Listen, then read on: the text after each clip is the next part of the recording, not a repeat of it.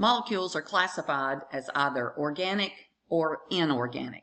Now, when you hear organic in this course, and actually in most of our courses, we're not talking about that section in the grocery store where you get your organic produce. That's completely different. Organic in our study is defined as molecules that contain carbon. These molecules are either a part of living organisms or at one time they were a part of living organisms. So they always contain carbon, and those carbons are typically bound, forming chemical bonds to hydrogen and or oxygen. Some of the more important ones also include things like nitrogen and phosphorus and sulfur, and they form covalent bonds that lead to creating big molecules that we call macromolecules. So remember, macro means large, micro means small. Easy way to remember that, micro, think microscope. You have to use a microscope to see small things.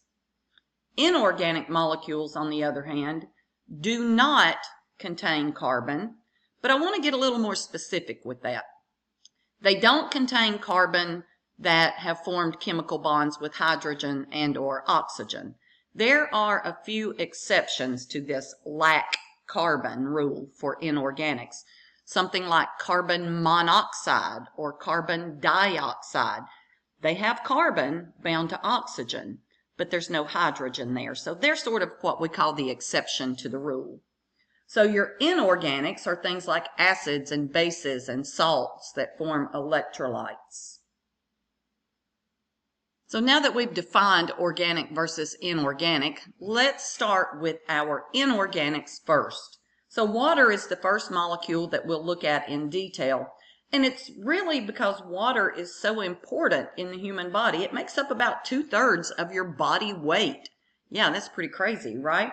So water is a polar molecule, as we saw in our previous discussions. It's composed of one oxygen atom bonded to two hydrogen atoms. Remember, H2, two hydrogens, O, oxygen. Also remember that water is a polar molecule because the oxygen is more electronegative, therefore it pulls more on those electrons. Okay? So that leads to those two areas of being partially negative and partially positive. So the oxygen part, remember, is a little more negative.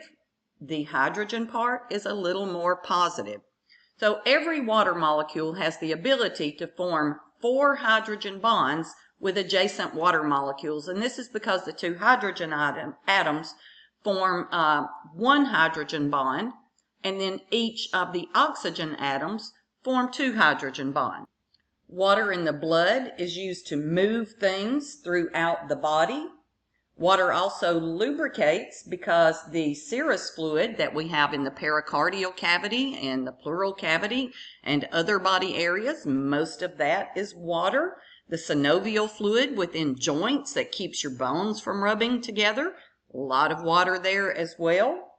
Water cushions, so the sudden body movements, the force that is applied on body structures as we're moving around, the water provides some cushioning for that, such as the cerebrospinal fluid that we have in and around the brain and the spinal cord. And also water helps us to be able to get rid of waste products. Most of that, of course, is through the urine, which is a whole lot of water. Now, in addition to that, water has some pretty amazing properties, one of which is cohesion, which is the attraction that is created between those water molecules. They stick together because of those hydrogen bonds. That allows for something called surface tension, which is an inward pulling of those cohesive forces between the water molecules at the surface of the water.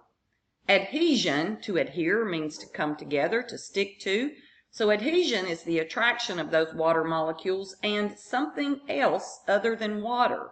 This occurs when the hydrogen bonds form between water molecules and the molecules that compose those other substances.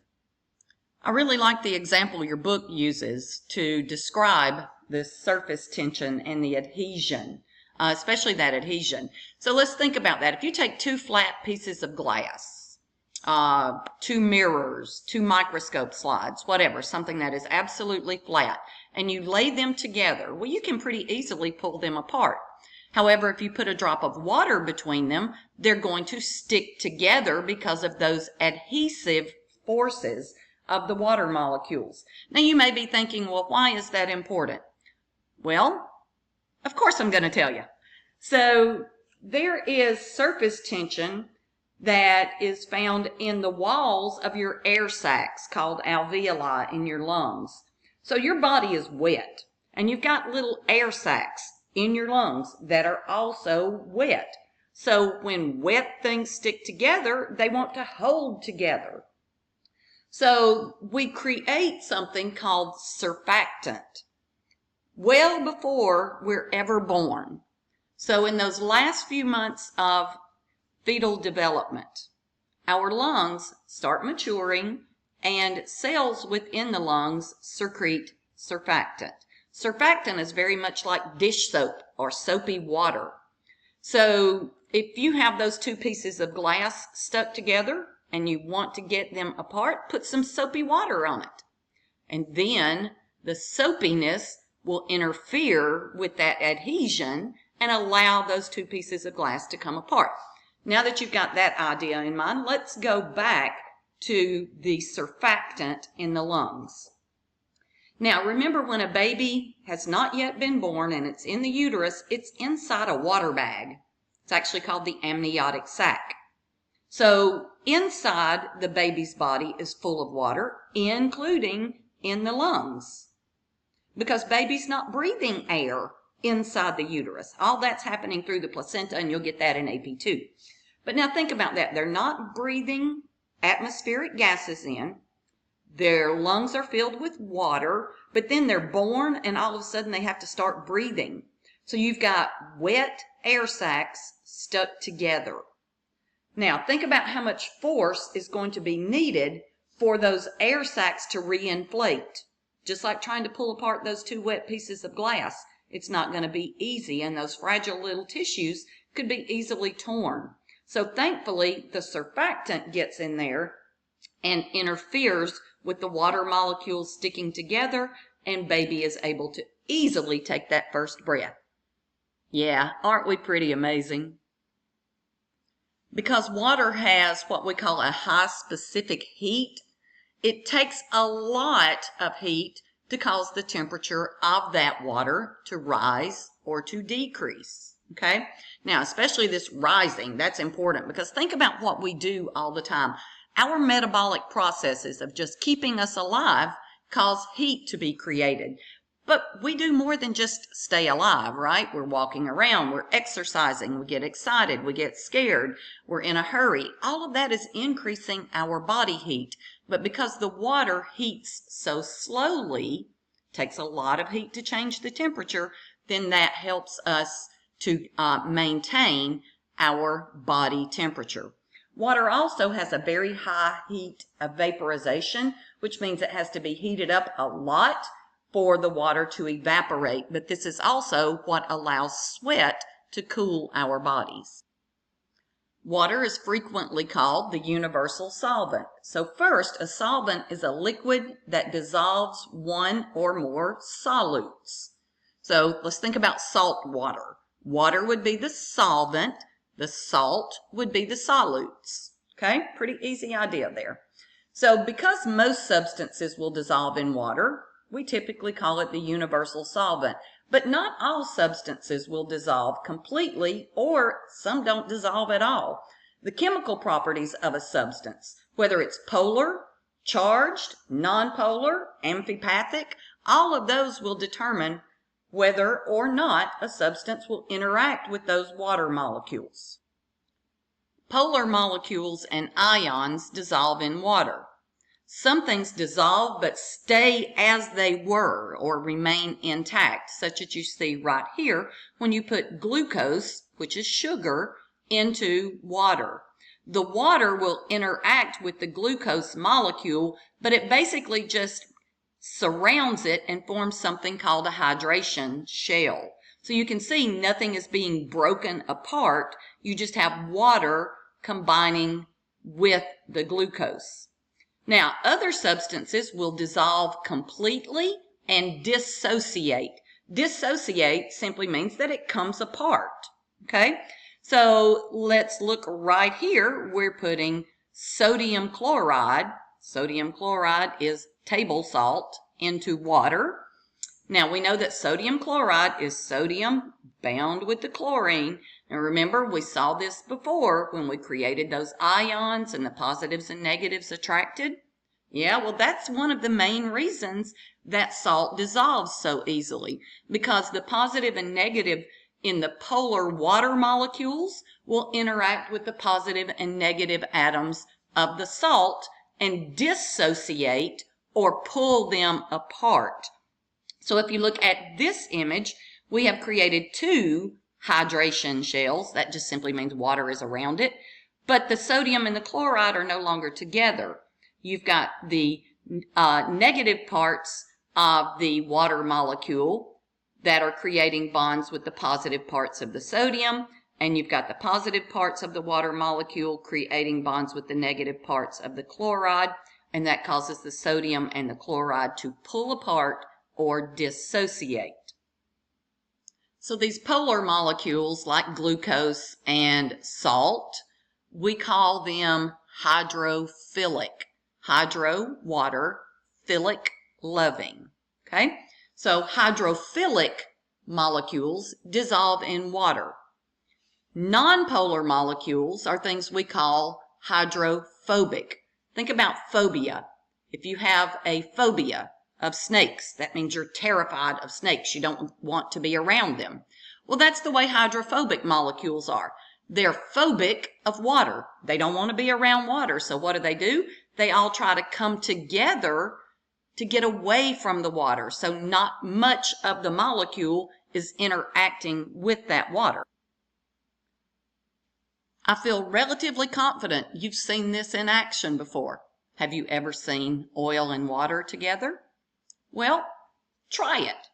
Take some water and drop some oil in it. Shake it up and look at what you see. You see the water molecules are not really doing anything but holding all that oil, because the oil molecules, you're not going to shake it up and make it dissolve. It's going to form little pieces of oil within the water, because oil, lipids are hydrophobic. They come together and stay together to try to stay away from that water. Now you can let it sit in the container for a little bit, and after a few minutes you'll notice all of the oil has come back together, trying to get away from that water. And then we have something called amphipathic molecules that just sort of partially dissolve in water. So they don't completely dissolve, nor are they completely excluded or phobic, right? So what happens with these? Well, the interaction of the water is going to be with the polar part of the molecules that are hydrophilic. So the nonpolar parts are going to try to get away from the water. So a really easy to see example of this is to look at this image right here, where we have a phospholipid bilayer. Now, we haven't talked a lot about this yet, but this is what surrounds every cell in your body. Now, remember, we've got water inside our cells and water outside our cells. So, water inside the cell membrane, water outside the cell membrane. Well, because the cell membrane is made of phospholipids, the phosphate part of that is polar. It wants to be around the water. The lipid part, lipid is fat. We know already that oil, fat, doesn't like water, so it's going to try to get away from it. So if you look right here at this phospholipid bilayer, two layers, the purple little balls right here are the phosphate. This inner part right here with the little stringy looking things, that's your lipid, that's your fat.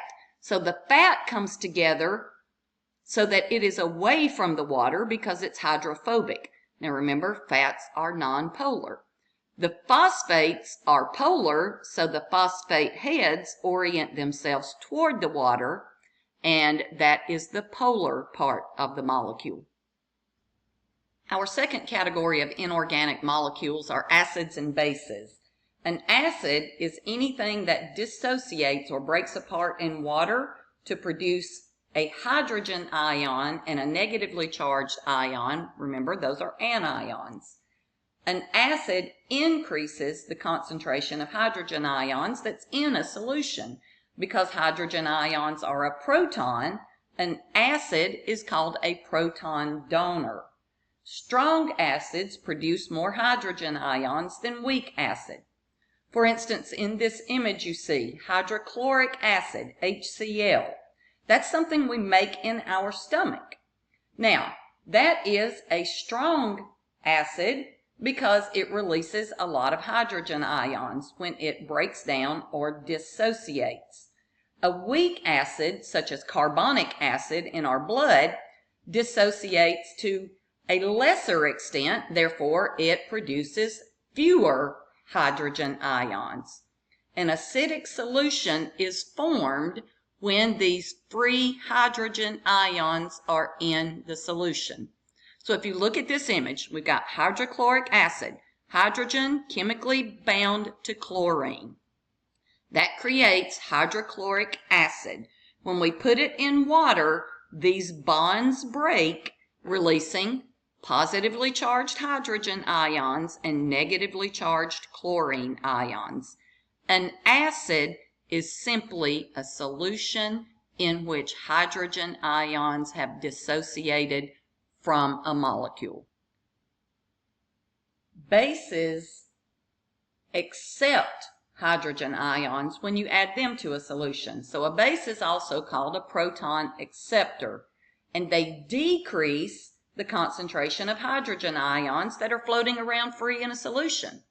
So we call a basic solution alkaline. Those terms can be used interchangeably, at least at this state, okay? So bases are alkaline. They accept those hydrogen ions from the acidic solution. Strong bases are going to bind more hydrogen ions than weak bases do. So they leave less hydrogen ions in a solution. Sodium hydroxide is an example of a strong base. So here you see sodium hydroxide. So strong bases, remember, are going to bind more hydrogen ions. Weak bases bind less. Therefore, they leave more free hydrogen ions. Bicarbonate is a component of Tums, Rolaids, baking soda. Now think about it. When do you take those? When you have acid indigestion. So the bases help decrease those free hydrogen ions that cause something to be acidic. Yeah, I told you we're pretty amazing. All right, so bicarb is found naturally in the body. It's transported in the blood and released into secretions that the liver and the pancreas make. And that helps to decrease the acidity of the stuff that's coming from the stomach. Because remember, hydrochloric acid is made in the stomach. All right, so when we add these bases to a solution, it, of course, is going to bind those free hydrogen ions, and that helps us to regulate our pH level in the body. pH stands for potential of hydrogen. So remember, we talked about how acids release hydrogen ions and bases will bind to those hydrogen ions. So pH is simply a measurement of that. How many hydrogen ions are in a solution? Okay, so pH ranges from 0 to 14, with 7.0 being right in the middle. Anything below 7 is considered an acid. Anything above 7 is considered basic or alkaline. So pH and hydrogen ions have what we call an inverse relationship. As one increases, the other decreases. So as we get more hydrogen ions in a solution, the pH decreases and becomes more acidic. As hydrogen ions decrease in a solution, the pH increases and the solution comes less acidic or more toward the alkaline side of the scale. So as I just mentioned, solutions with a pH of 7.0, that's right in the middle, so it's not an acid, it's not a base, it's what we call a neutral pH. So it's solutions with equal concentrations of hydrogen ions and hydroxide ions. Now, we didn't mention that term on the previous slide, but here you have it, this OH with the negative charge, that's a hydroxide ion. But what are we going to get if we put those two together? Let's take this hydrogen ion and this hydroxide ion and put them together. So we've got an H positive and H negative.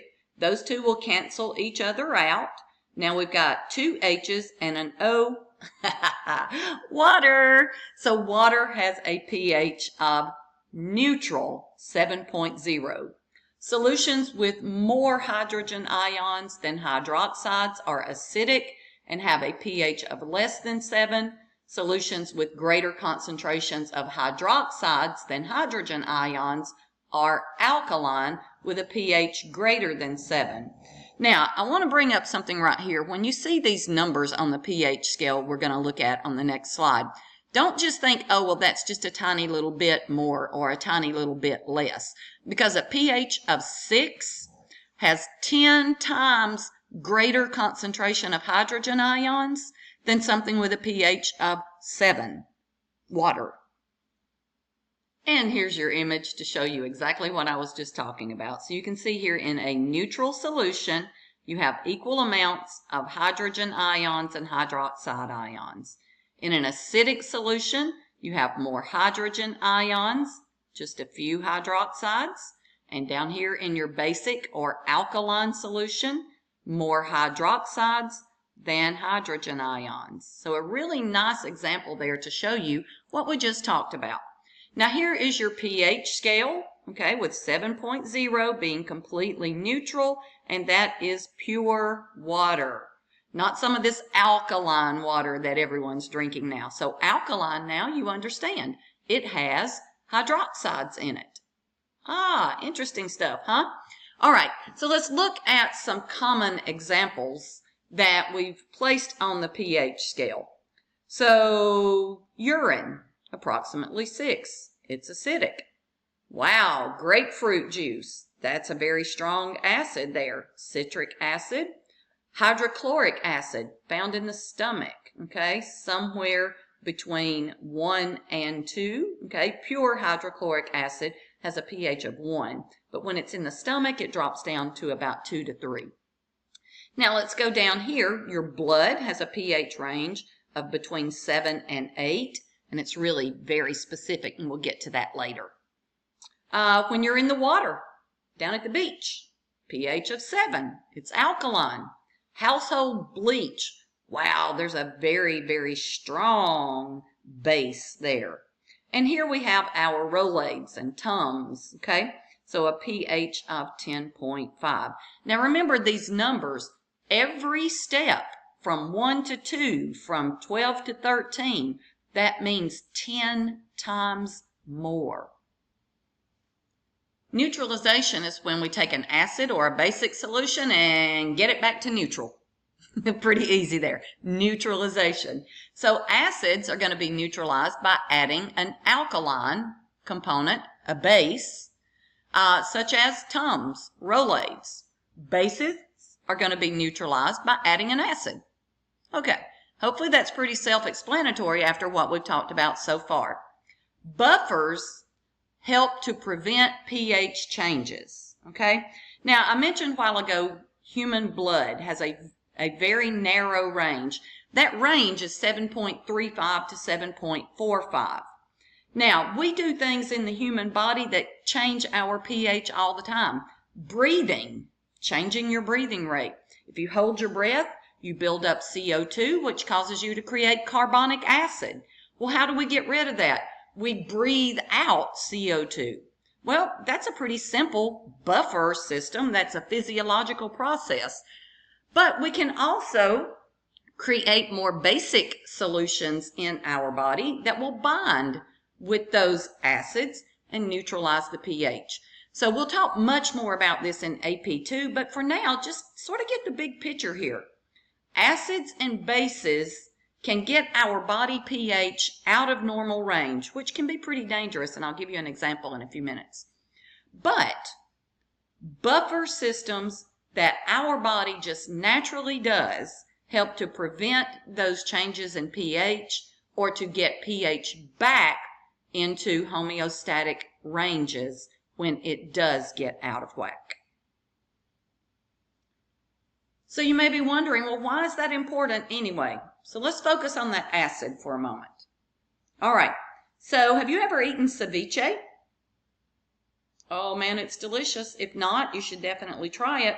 But ceviche, you take raw fish, raw shrimp, whatever. You chop up some onions, some jalapenos, or plain old peppers if you prefer. Some tomatoes, some cilantro, whatever, chunky vegetables you would like. Usually those are the typical. And then, so you got your vegetables. You've got some seasoning if you want in there. You've got your raw fish. You squeeze fresh lime juice all over that mixture, stir it up in your bowl, and eat. Now you may be thinking, wait a minute, we didn't cook it. No, we didn't. But we did something that's very similar to cooking. So before I tell you what, I want you to think about an egg. I know you've all cooked eggs before, right? So the job of an egg is not for us to eat it. The job of an egg is to create a baby chicken. But we crack that egg, put it in a frying pan, and something different happens, right? That egg is no longer ever going to be a baby chicken. You can't just stuff it back in the shell and say, go be a baby chicken. Well, of course not. But do you know why? Well, I'm going to tell you. The heat denatured the proteins in the egg.